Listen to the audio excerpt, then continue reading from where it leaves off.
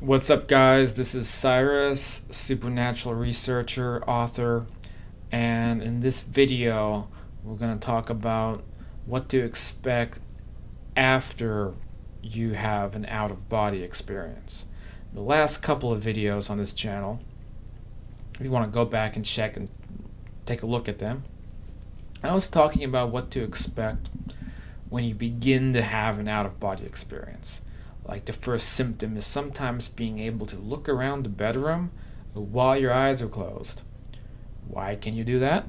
Because you have activated your astral body.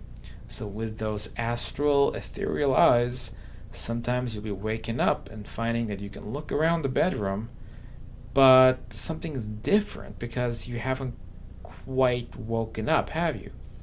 And then you wake up for real and your eyes open, you're like, that was weird. Like, I had my eyes open a minute ago, but my eyes just now opened. What's going on? It's because you're having a very low level out of body experience. So congratulations if that's happened to you. You've had a paranormal experience happen to you. How cool is that?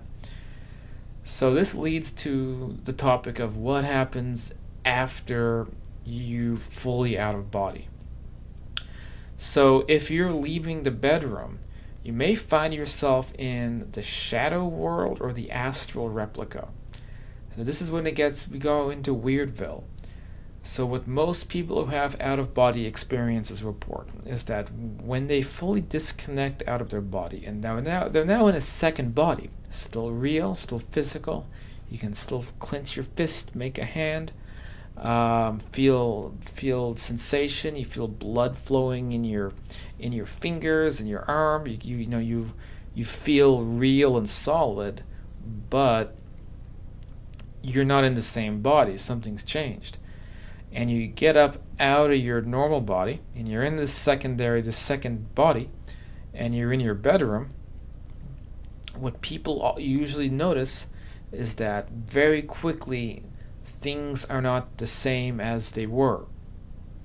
You're, to use the terminology from the Netflix show Stranger Things, it's kind of like you're in the upside down. It looks a lot like your bedroom, but it ain't your bedroom.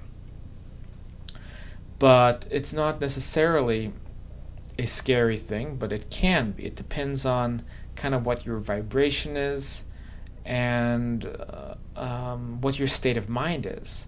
Because people who are like negative and upset or fearful, as I spoke about in the last video, negative experiences, sometimes you can look around your bedroom, you might see frightening things. But for most people, that won't happen. And it'll be a pretty normal experience, but you'll notice that things are not the same in your bedroom. You may notice that the furniture is different. You may notice that it's not even your bedroom. You may notice that it still is the same bedroom, but it's like somebody else lives there. So what's going on? In these circumstances, you are basically in a parallel version of your bedroom on what we call the astral plane, specifically the astral earth plane. And this is also precisely where many people go when they die. And let me tell you, it's not as bad of a place as you might think. You think, oh no, it's just like the earth. I thought we were going to escape this kind of stuff on the other side. Well, it's a lot different, right? It's not just like the earth, even if geographically it looks the same. The reason it looks the same is because just like we have a parallel body, an astral body, like the whole planet has an astral duplicate. If you look on the left here, you'll see that the two Earths. It's kind of analogous of what I'm talking about. So your house has a version of itself on a higher frequency, and that's where you end up. So it's like you have the same topography of where you are now, but now it's one frequency up. So you'll find that the same neighborhood exists. There's houses in the neighborhoods, but it's a different planet, basically. So you may find yourself in this parallel version of your bedroom and find that somebody else lives in the bedroom because it's not your bedroom anymore. It's just where whatever is matching that frequency on that side. So you might find evidence of somebody else living in there who's not you. You may also find evidence of you living in there when you are on that side and you have no memory of it. So I've looked around my bedroom and found clothing that belongs to me, stuff that belongs to me on that side, and I have no memory of my life on that side, but I can see the evidence of it when I'm astral projecting. So when I'm astral projecting temporarily, my consciousness as Earth Cyrus is connected to my life on that side. Like I've just merged together, and temporarily I have awareness and memory of my life on that side, and I can see the evidence of it. Now, like in this little house I'm in here in Cali, California, I've gone out of body and I've seen other people in the house, living in the house, who are not us, because it's like, I don't want to call them squatters, but it's like people may take up residence while the house is not occupied, right? So if we have lives on this side, but we kind of have a copy of our house on that side, but no one's living in it, and so people decide, well, no one's in this house. Maybe I'll hang out in here for a while. And there's something a lot of out-of-body explorers have discovered, is that you'll get people living in a house that you think belongs to you, but because you haven't kicked the bucket yet, you're still living on this frequency, that it's kind of like other people might move in, right? And then there's also the phenomenon that we have a life on that side in that house, and we just don't have any memory of it. So that happens a lot. So you may find yourself on the astral side of Earth. And if you get to explore this astral version of Earth, you'll be able to start talking to and meeting people and hearing their stories, hearing from people who have died and then they went on to have an active, fulfilling life on that side. And there's a lot to life on that frequency that's different than here. I have other videos about that. You can check out my video about is the afterlife a solid, real place? I have a video called that. I talk about what people do on that side, and there's many, many places we can go to. But let me tell you something. It's awfully nice if you can think about being in a version of the planet you're on right now, except there's no disease, nobody dies, and people revert to like how they want to look, and everyone is like really beautiful looking, and people all do have fun and do what they enjoy. Now, that's what life is like on that side, and it's not a bad thing at all. This world really sucks by comparison, but you can have a little taste of that if you have a proper out-of-body experience. You have just a little sampling of what their life is like, and that's just the introduction to the other side, right? That's like the first place people go to, and there's a lot more to it than just that. And still, it's a pretty nice place. It's a pretty wild and crazy place. There's a lot of wild and crazy stuff on that side that's not on this side, and I can get into that in future videos. Okay, it's a whole lot more interesting than life here, but the point is it exists, and if you can have a successful out-of-body experience, you can step into that side. Now I want to mention that there is another thing that can happen, is that you may find yourself still in this realm. So the bedroom won't change, you'll still be in your bedroom, but you'll be in what we call the near Earth astral. This is where you can spy on people like a ghost, and they won't see you there. I've done this quite a few times as well. And so when you're in this near Earth astral, it's kind of like what the Greeks would call Hades, what we'd call the netherworld. So it's in between this side and that side. And this is where so-called earthbound spirits go. This is where people go when they want to spy on people. They don't want to admit that they're dead, and they just kind of hang around, not knowing why no one will see them. Nobody will pay attention to them because they're stuck in this like state of confusion.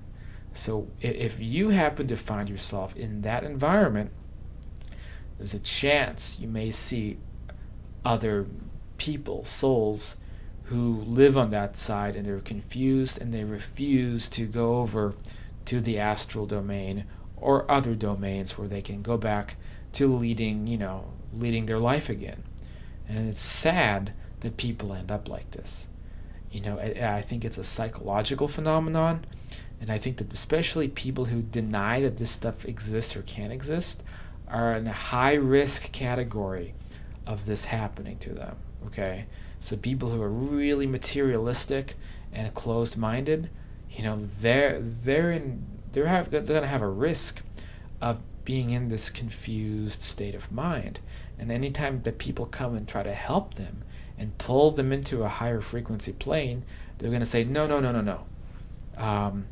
You people are crazy. I'm not dead. I'm alive. I don't know why people can't hear me, why they can't see me, but I'm going to figure this out, and you guys can go take a hike. And so people do this, and they end up in this kind of Hades, near-Earth place. And it sucks for them. But you may see people like that. Maybe not your bedroom, but if you have an out-of-body experience like in a public place, you're more likely to see people like that. Because when I used to have experiences like this more often, I would have out-of-body experiences like in hotels or in like hostels traveling Europe, and I would encounter earthbound spirits. And sometimes it wasn't always pleasant. Sometimes it's like really disturbed souls. And that's tough stuff to have to deal with, man. It's not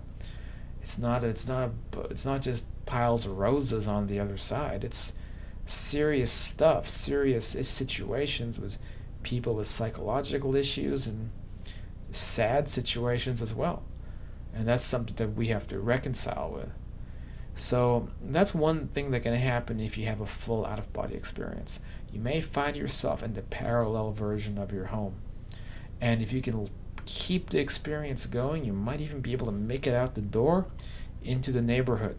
You may find it's the same topography or the same rough geographic location as where you are here, but it's a different neighborhood, different buildings, because you're on the astral side. And you can do what I've done, is knock on people's houses and introduce yourself and be like, hey, I'm Cyrus, I'm next door.